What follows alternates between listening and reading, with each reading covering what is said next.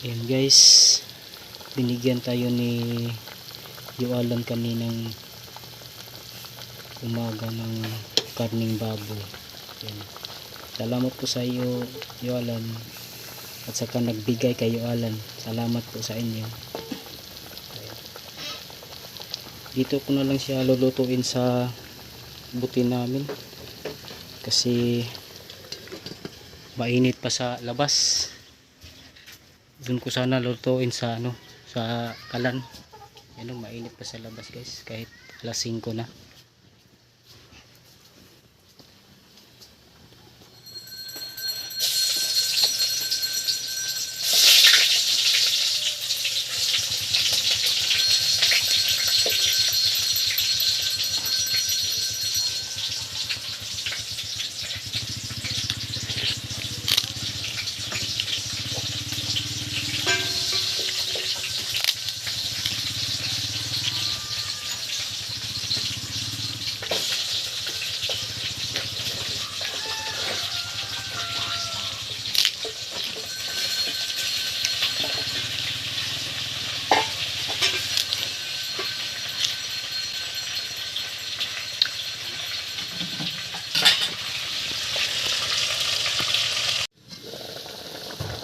Yan. Ito na ating adobo. Ayan, lambot na.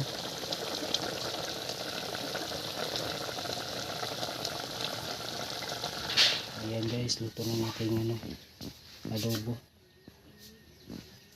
Ayan. Hello mga angkol. Kami lang pala ni Dad ngayon guys. Kasi sumama si Louie sa kanyang lolo kanina. Hindi guys.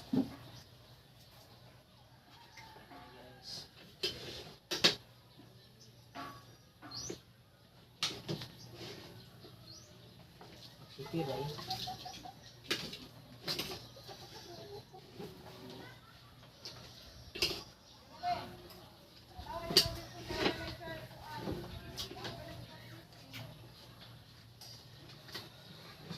Dadala ko na daw sa Louie.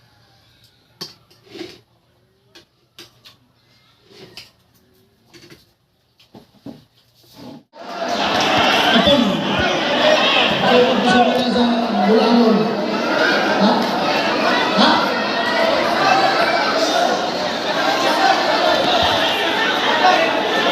Ha? At Apon, sigawas ka. Sige, basta Apon. Ang akong barangay kung gani. Dito sa Santa Cruz na Modernisyon, barangay na to. Pero ako, musulti ko ninyo. Dili ko proud Bisaya. Hindi ako usa ka proud Bulanon.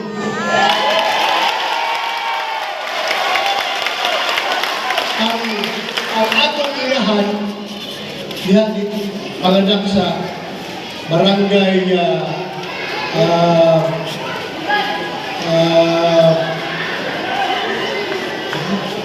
kapoy hindi ka kayo ng baba, muli pa. Kung di mo barangay na mo sa Tikira o nakalimutan, himo na mo ito para masalba ang kaugmaon sa kapatanunan. Namin na sa illegal na droga.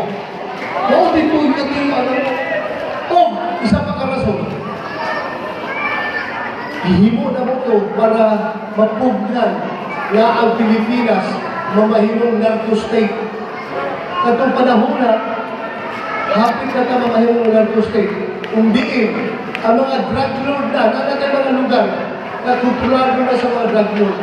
Sila na ang magbuot kung kisa ang pwedeng mamahimong gobernador, congressman, mayor, kusihan, sila na ang magbuot. Tungod sa kanaghasan ng kwarta. Naanay mga pumisa akin na kontrolado nila. Kung sabihin ako sa Pilipinas kung mamahimong narco state, ang day-to-day affairs sa atong nasod, kontrolado sa kwarta dito sa illegal na droga. Wala na ikaw ng Pilipinas mo, hihimo na mo ito. Kapan? Human sa akong panikamot, ni Pangulong Duterte, ng tiguok Pilipinhon, magpuyo na malinawon, magpuyo na walay problema sa droga o krimen. Kung siya itong gibano sa iya, gibiyahe siya dito sa dahil. Ato siyang gilawog sa mga banyaga. Gilawog sa mga banyaga. Tundong na siya sala. Tanong dito mas namubay o kaso sa atong mga korte. Dapat yung mga korte nga sarado. Tanong na itong korte, abre, di ba? Pwede siya matulumubay. Pwede siya kasuhan ko sa atong kaso. Nanong dito pa magayon sa laing kaso. Tungod kay kini operation kini sa mga makakaliwa kanang mga MPA kanang mga makakaliwa karon diha na gusto gyud na mahawala si Presidente Duterte sa ilang kasukot tungod kay hawot na kailangan guerrilla plans sa panahon ni Presidente Digong. Ipunod kayo ang problema sa MPA. Kaya karon kami mga komunista wala nagpamuyo sa pagkaso nito. Kaya ang ICC, wala kahibalo. Kung siya pakita po sa Pilipinas.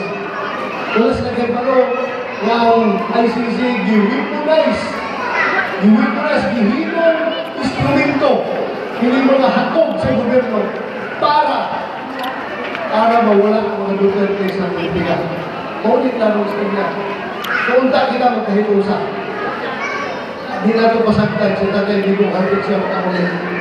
Kaya na ito na, both straight pa rin naman. Magagay, salamat, kinatugalan. Mayong gabi, kinatugalan. Balay ko lang ito. Okay, maraming salamat Senador Paco de la Rosa. Okay, so Batu win, Batu win, Batu win, Batu win, Batu win. Okay, so ano ba na yun ha? Asa po lagi? Dapat na yung musuhin na rin. Okay, nagawa na na, nagawa na ang musuhin na rin. Okay, kumasa sa mga pahalimpay, may Senador Paco de la Rosa na ang mga t-shirt, no? So,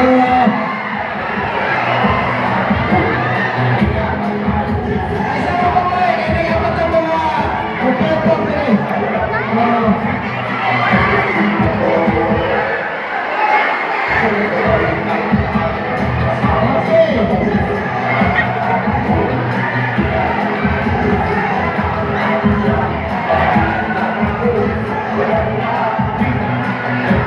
Okay.